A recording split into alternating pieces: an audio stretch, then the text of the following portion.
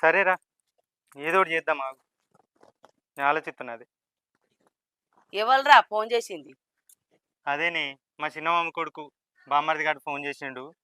మా మామకు 5-6 రోజులలో ఆపరేషన్ చేయించన్నట. పైసలు జమ చేసుకోమని చెప్పిండు. అయ్యో, ఈ ఎట్లరా మరి? ఇదేమో ఒక్కగానొక్క బిడ్డాయే. ఆపదైనా సంపదైనా వెనక ముందైనా మీరే చూసుకోవాలి కాదు కొడుక. గదేనే, కోడలు కూడా అదే రంది పడుతుంది. మరి పైసలు ఎక్కడికి తెచ్చుడు అని చూస్తాను. మరి ఏం చేద్దాం అనుకుంటున్నావురా? ఆ తుమ్మల కాడ శల్క భూమి ఉంది కానీ అదో ఎకరం అమ్ముదామని చూస్తున్నా. ఇప్పుడు పంట కూడా ఎక్కువ వండుతలేదు అలా. అయ్యో, గా భూమి అమ్ముతే ఎట్లరా? ఇప్పుడు నాకు ఆ భూమి అమ్ముడు తప్ప వేరే దిక్కు కనబడతలేదే. వాళ్ళకు అల్లుడైనా కొడుకైనా నేనే.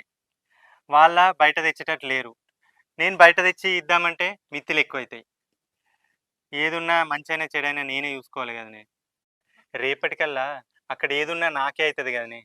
ఇప్పుడైతే మా మామని ఎట్లనే వేసి గట్టెక్కియాలి. ఏర్వాడి నాటికి ఆ భూమి నా వంతుకి ఇచ్చినా నేను భరించుకుంటానే. ఇప్పుడైతే వాళ్ళని గట్టెక్కిద్దాం. మన ఆపదకి కొనటోళ్ళు కావద్దారా? ఓ 2-3 ఎప్పి పెట్టినే, చూద్దాం ఎవరన్నా వస్తారు. ఈ రేపటి వాళ్ళు ఏదున్నా కూడా నువ్వు తీసుకొచ్చుకోవా గాని. ఏమిదా మేము మాట్లాడుకుంటాలో? అదారా, అన్నోళ్ళ మామకు పానం మంచిగా లేదు కదా, గా ముచ్చట్నే మాట్లాడతాను. ఎప్పుడు వచ్చినావన్నా? పొద్దున్నే వచ్చినాం రా. నువ్వేటి పోయినావు? నేను మా దోశాన్ని కలిసేస్తానా. సరే అమ్మా, అన్నం పెడుతూ ఆకలి అవుతుంది. పా నేను అత్తపా.